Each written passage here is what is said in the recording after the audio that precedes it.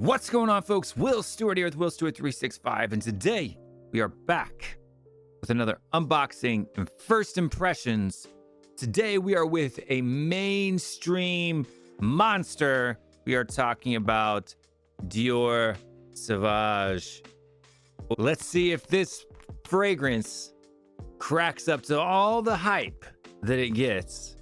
Let's see if it smashes the box.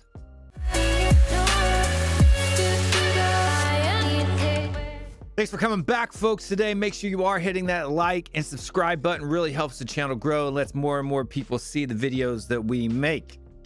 We do spend quite a bit of money on these fragrances here, and we want as many people as possible to save a little bit by hearing about it first. So make sure you are hitting that like button, comment down below, and all of that stuff. So I have right now in my collection about 125, maybe 130 fragrances. And this is the first time that I've never even smelt the Sauvage DNA before. And you're like, what? That's the mainstream. But I like to go a little bit outside of the box. I don't like to do what everybody does. I don't like to do the popular thing. A lot of the times I like to do my own deal. But I don't think you can necessarily have a collection without having this one in your collection. So today we are going to open it up and take a look. So presentation wise, this is a very expensive fragrance. Doesn't get discounted a whole lot all the time. We do have it here. I think this is the 50 ml bottle. I can't remember how much I paid for it, maybe around 100 bucks or something like that. So it's not cheap. And here you got a little Dior sticker on the top there for you guys to see. And on the front, you do have the house, the name of the fragrance, the concentration. On the bottom, you do have your batch code. Looks like it's a 60 ml there. It says there on the bottom. Barcode, maybe a batch code as well. Who knows? On the sides, nothing on the sides except for a little wall pattern. Nothing on that side. And absolutely nothing on the back there, except it does say Christian Dior something made in France. So let's grab our knife here and we're going to try to cut this one off here. I'm going to open it up from the bottom so that I don't have to take off that little tag deal off the top. We'll leave that sitting the way that it is. But what do you guys know? Do you guys have this fragrance? It's kind of like a mainstream one. It's a really popular one that everybody talks about. A lot of the ladies like it, I think, because of the brand and stuff like that. But let's see if it smells. Let's see if this one lives up to the hype that it's supposed to get, because this is like a must-have, must-own. There's the elixir. There's also the EDT as well. But today we're going to be trying it out in the eau de parfum concentration. I figure it's kind of like a safe bet. You just kind of jump in the middle and you're probably going to get the best of both worlds there. So the box is a matte. It does have a deep black shiny finish on the front here, white lettering as well. We're going to open up the top of this one here and we are going to see. So on the inside of the cover, you do have like a little bee wasp thing. I don't know what that's about. But you got like, this is the Johnny Depp fragrance. So if you want to be Captain Jack Sparrow. So let's pull the bottle out here. With the bottle, it is a glass bottle. You do have Sauvage Eau de Parfum Dior. It does have like a gradient. I don't know if you can see it because of the light, but I can see it. It does kind of go from a deep black to, looks like the juice is maybe like a light blue color. And you do have the Christian Dior logo here on the top of the fragrance. As you can see there, the CD. And on the bottom, you do have some, looks like a little CD logo there as well in the glass. So magnetic cap, but it's not a strong magnetic cap. You do get a magnetic cap, so that's cool. The atomizer is kind of ready into the front. So as you can see here, you've got, the nozzle right there. It is semi-aligned with the thing, which is always cool. It's a neat little attention to detail. It's not too hard as you're packing these up to do that. But let's grab a test strip and see if this one lives up to all the hype. It's kind of out of season for me, but they were running a pretty good sale on it, so I decided to go ahead and pick it up for myself. I am looking a little bit lumberjacky today, so please forgive that. But okay, so the atomizer is good. in the air, this one to me smelled like a little bit like the way babies smell. Smells like a baby. I'm not kidding. So on paper, and I haven't worn a scent today, so we'll try this one on skin as well. On paper, this one smells, it's a fresh Ambroxan, you know, lavender. In the air, it smells like a baby to me. Good pressurized atomizer.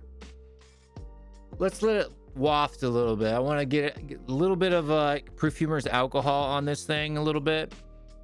So it's soft and fresh, right? So soft and fresh. I want to say it's, you know, it's definitely a blue fragrance. It's got a little bit of it smells like a baby. It smells like a little bit like maybe it's like lavender. It smells a little bit.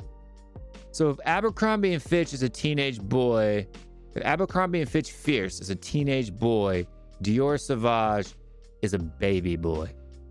If that makes sense. It smells like babies. Maybe that's why girls like it. It's endearing to them. It's because you smell like a baby. It smells good. I like it. Is it a hype beast monster?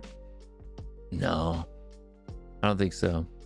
Is it good? Yeah. Is it worth like all of the monster excitement that it gets? Maybe not. Maybe not. Well, let's take a look at the notes. So let's grab the phone here and take a look at the notes.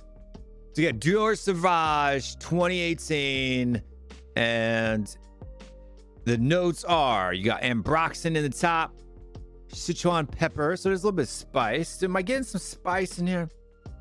No, I'm not really getting spice though. Bergamot, yeah, you definitely got bergamot in the top here. Lavender, nutmeg, Papua New Guinea vanilla, and star anise.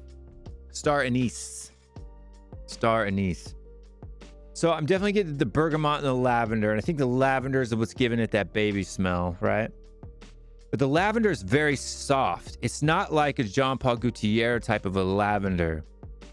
It's more like an Abercrombie & Fitch type of lavender, but it's softer. Not that big Ambroxan punch that you get from Fierce. And this one's, it's very soft. You know, kind of, it doesn't, it's baby powder fresh, but it's not like adult baby powder. It's like baby powder on infant skin type of a smell. Like, you know, the way babies smell when babies smell good, and, you know, girls smell a baby. Oh, the baby smells so good. I think that's that bergamot and that lavender. I'm not really picking up any nutmeg, but I mean, there are some sweet characteristics maybe in the dry down on this.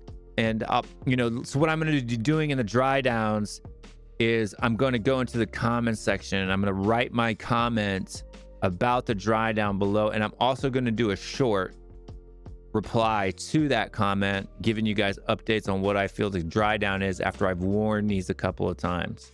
So, because I think rather than doing like a full review with all of that stuff, longevity, I mean, I think it would be better because in unboxing, you're getting my first impressions, the real thoughts that come out of my brain. And then as I wear it a couple of times, you know, just give a quick update. It'll be attached to that video. You can watch the short. It'll give you an update on it, and then it'll click you to the full video where you saw the first impressions, etc., etc. I think that's a more, you know, efficient for you guys and for myself way to do a lot of these. So expect me to be going back on a lot of my unboxings and first impressions and doing a shorts update on those. But it's good. Let's see what it smells like on skin. Like, I haven't worn a fragrance today, so we are going to get a good amount of juice out of that atomizer. 60 mil is not going to be a lot.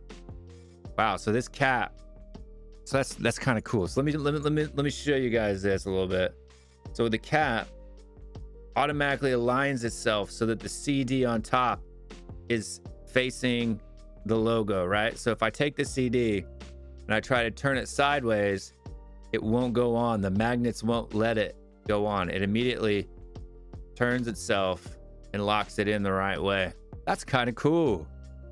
That's an attention to detail there. Interesting. On the top of that, didn't realize that.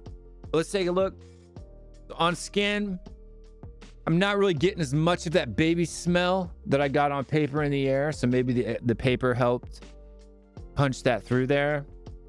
But, and it's really hard when I do it on skin. Now I'm like covering my face and my mouth so you can't hear what I'm saying, but maybe I should start doing it like on the top of my arm rather than my elbow. But that's where I like to wear fragrances. I like to wear it right there. But so on skin, I'm getting a lot more of the bergamot and Ambroxan. So bergamot, Ambroxan, a little bit of that lavender. It kind of sweetens it up a little bit. Don't really get any of the vanilla or anything like that. Maybe that vanilla maybe it's kind of mixes in with the bergamot, lavender, and the Ambroxan. Don't really get much pepper. It's not spicy for me at all, but there are certain spicy notes that my nose just doesn't pick up. Maybe that's why I can eat spicy food really well. I don't know, right? I don't know if that's the case. But to be honest with you, I don't really know what Star Anise smells like, but no, it's good. You know, as far as a blue fragrance is concerned, I mean, we could do a quick comparison. Let's grab Percival. Let's grab, what else should we grab? Dylan Blue. And let's grab, shoot, I don't know. Let me grab a few. We'll be back with editing. All right, so I got 4 ones here. I just grabbed 4 different blue fragrances off the shelf. We've got Dylan Blue. Just grab the first ones I could see. We've got Tarathi by Afnan. We have got Jimmy Choo Man Blue. And we've got Percival from Parfum to Marley. All right, so from super cheap to mid-range to expensive to very expensive, we got a different little selection here. We're gonna do it quick. We're not gonna spend a lot of time, but we're just gonna kind of see which one do I pick, which one do I think is the best. So we're gonna waste some sprays here for you guys. First, we're gonna spray on the Percival. I'll tell you, the atomizer on the Dior bottle is better than the atomizer on the Parfums de Marly. Okay, so for this one, for me, it's more of an Ambroxan. It is sweet, but it's a deeper sweet. Whereas with the Dior Sauvage, it's a more fresh, it's fresher. So this is fresh. The Parfums de Marly is fresh, and it's getting fresher as it kind of dries on the paper. But they're both blues in that blue category. You know, Ambroxan bombs. You are getting that bergamot in both. They're different, but they are similar actually. So Percival's maybe like kind of like because Percival does have a bit of a difference from Abercrombie and Fitch Fierce. It's similar, but it's not necessarily like 100% of like a clone. And on paper, both pretty good. Definitely citrus, fresh, Ambroxan, lavender, all of that good stuff in there. So that's the Dior Sauvage and that's the Percival. Let's move on to the next one. We got Tarathi Blue, which is supposed to be like a Bulgari Tiger kind of clone deal. Maybe a little bit of, I think it was maybe even Dior Sauvage or Bleu de Chanel or something like that. We do have Bleu de Chanel coming as well. Okay, so this one's maybe a little bit blue, similar, maybe a little bit more aquatic, different scent profile, but in that same, you know, genre. It's good. I like it. So these are the 3 now. So this is going to be your Dior Sauvage. So out of all of these, and I'm smelling all 3 of them, maybe Percival I think smells the best. It is the most expensive. Let me get a fresh opening on the Dior Sauvage here. It's kind of faded off paper. Like I don't smell anything on that one anymore. They're all good. They're all good. I like them all. But let's grab the next one. Let's move on quick. I don't want to spend a whole lot of time. I don't want to make this video like an hour long or anything like that. But that's good. I think right now for me, Percival, Dior Sauvage kind of top the cake on this one. Next one we're gonna rock is Dylan Blue. This one's like $50 or something like that, 45, $50 if you buy it at a discounter. Right now, so far, Dior Sauvage has the best atomizer. Okay, so this one comes off with a little bit of an alcohol blast. I think maybe Dylan Blue smells a little bit more feminine, maybe a little bit more pear. But I think this one walks up there. I think these two are pretty close, actually, as far as like quality of smell. You have the Afnan Tarathi and the Versace Dylan Blue. Also good. So we'll put these here after I drop one. Because that Tarathi doesn't like to sit right on tables. I'm just got blue all up in my nose right now. We got blue up in the nose. But let's take a look at Jimmy Choo Man Blue and see what this one. Do have some more blues, but I think 6 and 5 is enough. Okay, so Jimmy Choo Man Blue is going to be a more sweet. It's more sweet. It's more sweet than the other ones. Also really good. Super cheap.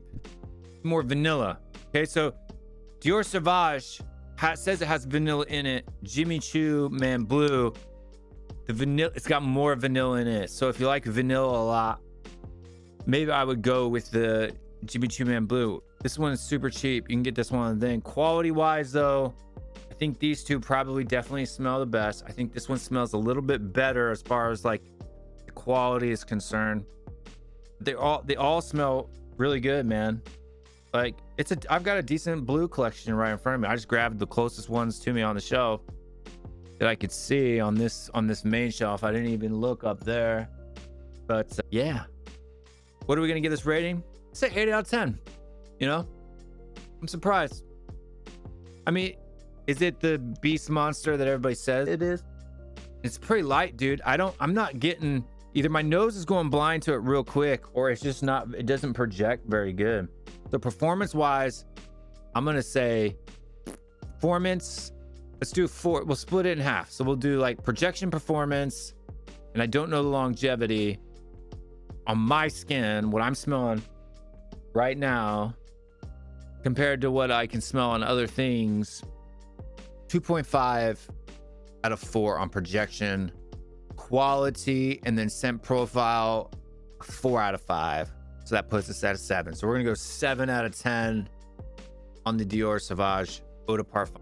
Maybe the elixir punches harder. I don't know, man. But this one, I've either gone nose blind to it real quick, or I mean, because I'm putting my nose, I got to put my nose on my arm right now for me to get, and I sprayed 2 sprays on each arm. 2 of the pressurized long sprays. Like you can see it. I gotta bury my face like a chipmunk. So I mean, if you want something that's kind of nonchalant, close every day, this is an expensive every day, bro.